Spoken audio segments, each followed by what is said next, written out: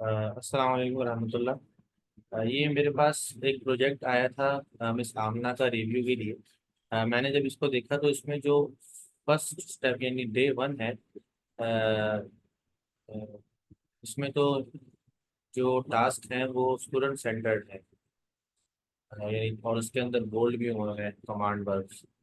लेकिन फिर day to से जितने भी टास्क हैं वो सब ज़्यादातर ऐसे हैं जो कि टीचर सेंटर्ड है।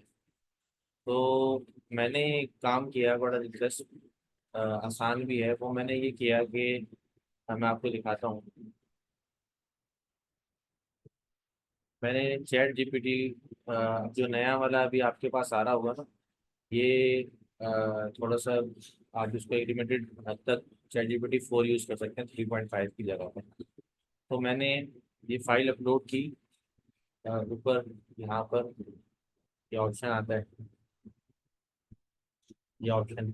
और यहाँ पर मैंने अपलोड फाइल की। आगा खान का क्लास 4 का प्रोजेक्ट जो है वो मैंने यहाँ पर अपलोड कर दिया। वो करने के बाद मैंने इसको ये कमांड दी कि भाई ये क्लास 4 का प्रोजेक्ट है और ये सैम्पल प्रोजेक्ट है और ये स्टूडेंट सेंटर्ड है।